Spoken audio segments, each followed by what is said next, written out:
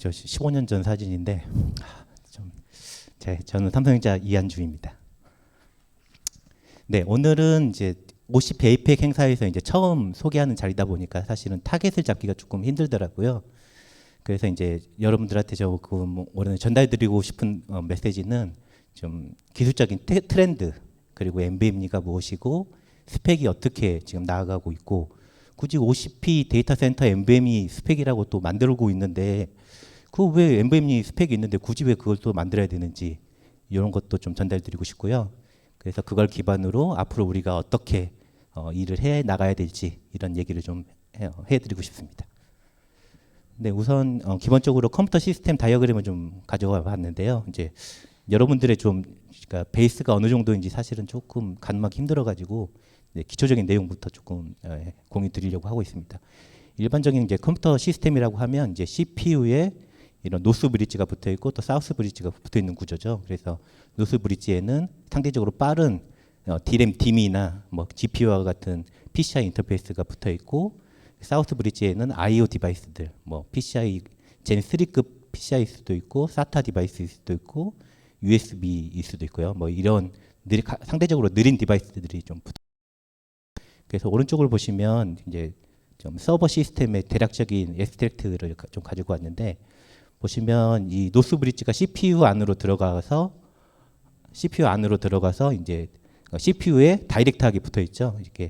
그래서 DRAM DIMM과 빠른 PCI 젠 5급 빠른 디바이스들은 CPU에 붙어 있습니다. 그래서 또 밑에 보시면 PCH라고 플랫폼 컨트롤러 허브라고 하는 것이 또 외부 칩셋이 얘가 또 이제 사우스 브릿지 역할을 하면서 여기에 이제 USB라든가 SATA 등이 붙어 있는 구조입니다. 근데 이제 CPU 트렌드를 한번 보시면 이제 지난 10년 동안 이제 CPU 한 개 내부에 코어의 수는 10배가 되었고요.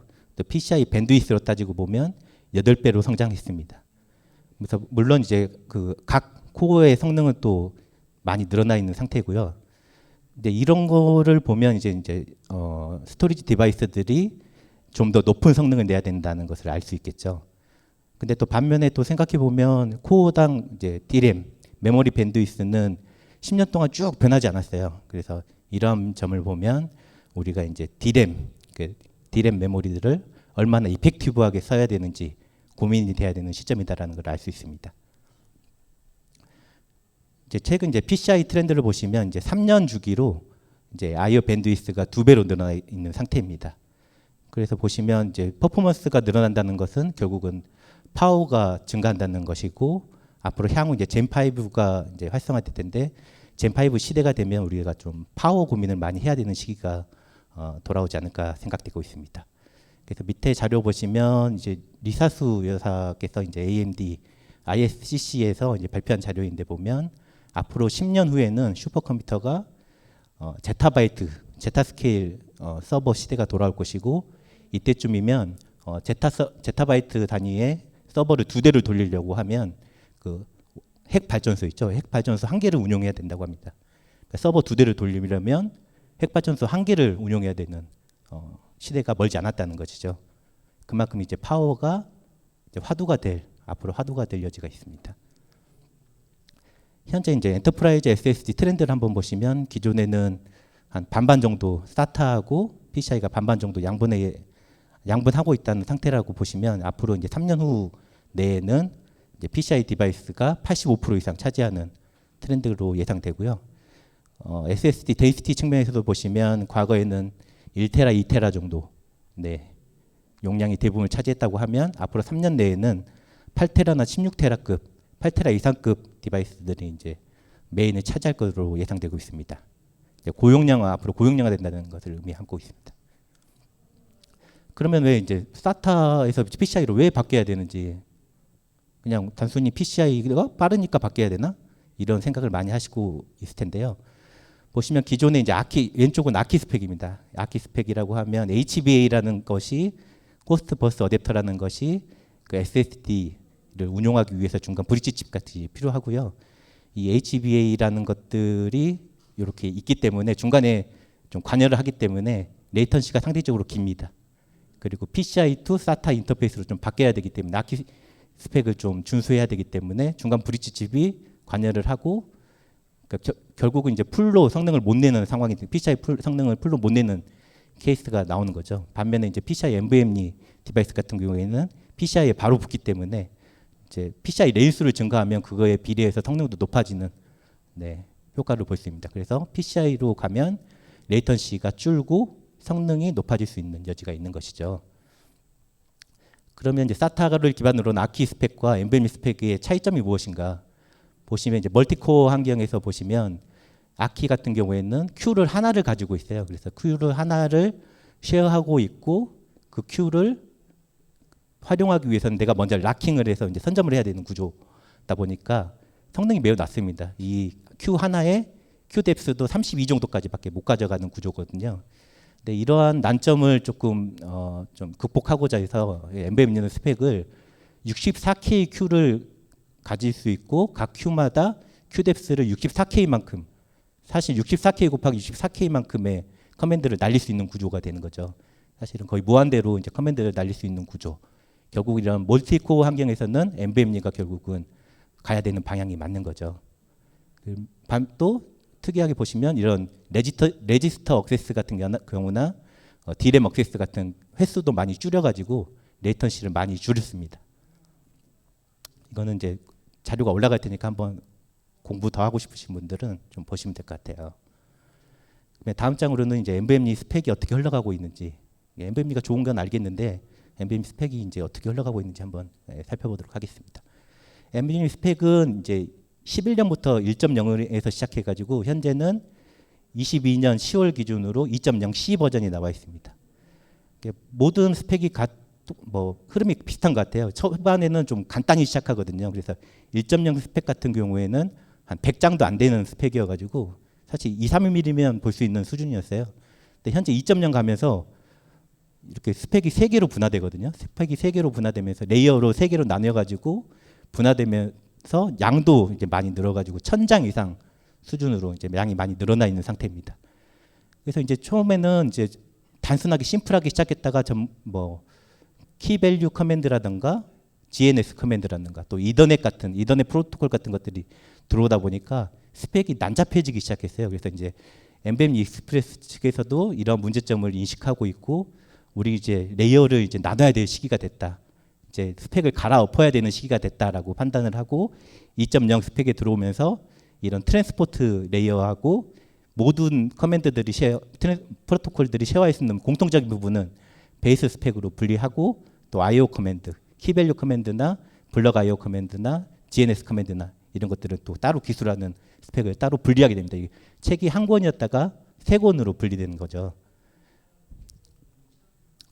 그러면 이거 NVMe 그래 익스프레스 스펙이 이렇게 가는 거는 알겠어. 근데 OCP 데이터 센터 NVMe 스펙을 왜 만드는 거야라고 생각을 할 수 있는데, 이제 NVMe 스펙이라는 것을 제너럴하게 쓸 수밖에 없기 때문에 스펙이라는 것들이요. 실제 데이터 센터에서 운영하는 것과 많은 차이가 있어요. 그래서 NVMe OCP 데이터 센터의 NVMe 스펙은 각각 내가 그 스펙 중에서 무엇이 필요한지 뽑아서 각 피처 어떤 피처가 필요한지를 뽑아서 정의를 하고, 그 각 피처의 파라미터들이 있을 거잖아요. 그 파라미터들도 좀 레인지를 줄여가지고 좀 구현하기 쉽게 좀 만들어준 상태고, 스펙에서는 기술하지 않았지만 내가 유니크하게 갖고 가고 싶은 피처들 이런 것들을 SSD 벤더사한테 요청을 하면 쉽게 넣어주지 않기 때문에 이런 거를 OCP 스펙화 해가지고 밀어 넣어서 야 이게 스펙이야라고 모든 회사에 뿌리는 거죠. 그러니까 그런 유니크한 스펙들이 여러 회사들이 좀 다 만들어 오면 조금 균일하지 않거든요. 균일하지 않기 때문에 이런 스펙화 해가지고 조금 여러 SSD를 섞어 쓰더라도 자기 시스템 내에서 문제가 없게끔 만들기 위해서 이제 스펙화를 한 작업을 거치게 됩니다. 그래서 현재 OCP 데이터 센터 스펙은 이 왼쪽에 보시는 메타, 마이크로소프트, 구글이 처음에 시작했고, 그 이후에 이제 데일 EMC, HP가 들어와서 이제 5개 회사가 들어와서 이제 빌드하고 있고요. 보시면 이제 주요 기술이 좀 특이하다고 설명드리고 싶은 부분은 텔레메트리 디버그 정보라든가 레이턴시 모니터링이라든가 미디어에 친화적인 솔루션이라든가 멀티테너트 기술들을 조금 대표적으로 뽑아볼 수 있습니다. 그 뒷장에서 관련 기술들은 또 설명드리도록 하겠습니다. 그래서 텔레메트리 스펙을 보시면 이제 뭔가 자기 시스템에서 스토리지에 뭔가 문제가 생겼다고 하면 이걸 빨리 알려줬으면 좋겠는데 요 정보가 사실은 커먼하지 않는 거죠. 커먼하지도 않고 사실은 정보를 덤프 정보를 빼가는데 이 사람들이 지금 내 소중한 고객들의 정보를 빼갔는지 아니면 뭐 진짜 불량 리포트를 빼가는지 모르는 상태이기 때문에 이런 것들을 휴먼 리더블하게 모든 사람들이 읽을 수 있게 아스키 투 코드 형태로 레포트하게 만들어주는 스펙입니다. 그래서 모든 이 불량들을 레포트하지만 그 중에서 중요도, 긴급도를 좀 따져가지고 레이턴시도 정의한 거죠. 야, 얼마 안에 이런 정보는 너가 내 시스템한테 알려줘야 돼라는 정보를 좀 업데이트 해주고 있습니다. 또 레이턴시 모니터링 같은 경우에는 이제 데이터 센터 같은 경우에는 QoS 항목이 매우 중요하거든요. 그러니까 QoS라고 하면 레이턴시가 균일해야 되는 거죠. 너무 빨라도 안 되고 너무 느려도 안 됩니다. 뭐 너무 느린 거는 당연히 문제겠지만 너무 빠른 것도 내가 적은 돈을 내는 고객이 너무 빠른 성능을 가져가면 그것도 돈을 많이 내는 고객 입장에서는 사실은 좋지 않죠. 불만이 생기겠죠. 그렇기 때문에 이런 레이턴시 정보를 주기적으로 업데이트를 해줬으면 하는 스토리지가 해줬으면 하는 요구사항이 있었고 그래서 결국은 이런 버켓을 하나 만들어 가지고 일정 시간 동안 레이턴시가 어떻게 되고 있는지 카운트 정보를 시스템에 주기적으로 알려주게 됩니다. 다음으로 이제 좀 저희가 조금 많은 클라우드 업체에서 고민하고 있는 부분들이 이제 미디어의 특성을 조금 활용해가지고 조금 와프라는 정보가 있거든요. 와프라는 정보는 결국 호스트가 써준 양만큼 실제 미디어에도 그 똑같은 양만큼 써줬으면 하는 바람이 있어요. 그렇게 해야 낸드의 특성상으로 보면 프로그램은 페이지 단위, 이레이지는 블럭 단위로 하기 때문에 이 와프가 높으면 결국은 낸드 그 SSD의 수명과 연관이 돼 있죠.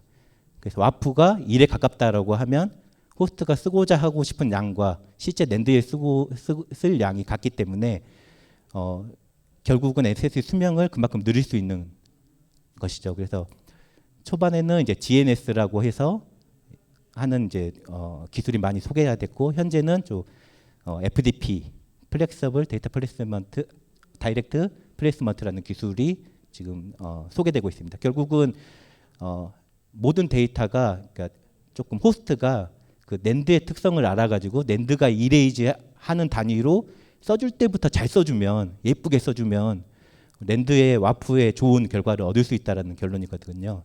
그래서 이런 것들은 많은 데이터 센터 고객사들이 이런 부분을 연구하고 있고 뭐 이제 뒤에 이제 세션에서 설명드리겠지만 많은 연구 결과도 많이 나온 걸로 알고 있습니다.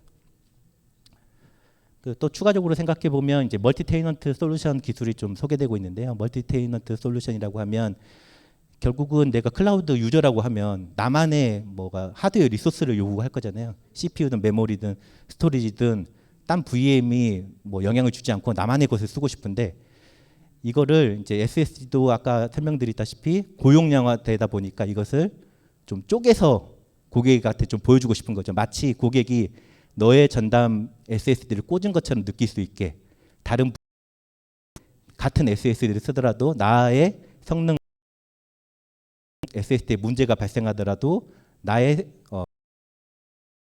만들어줬으면 하는 요구사항을 하고 있습니다. 활용을 하려고 보면 물론 이제 하이어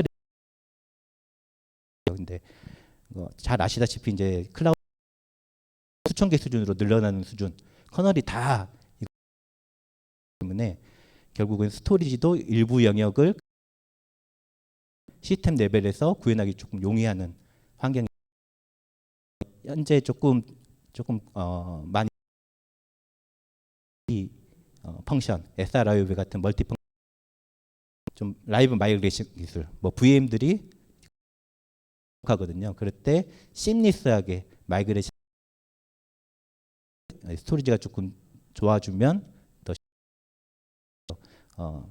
적용할 수 있지 않나라는 기술이 좀 되고 있습니다. 다음으로는 이제 MBM 이런 흐름으로 지나가고 있는데 앞으로 이제 기술이 해야 되는지에 대해서 좀 말씀드리고 싶은데요. 혹은 데이터 센터 같은 경우에는 목적은 뭐 TCO를 줄이는 거.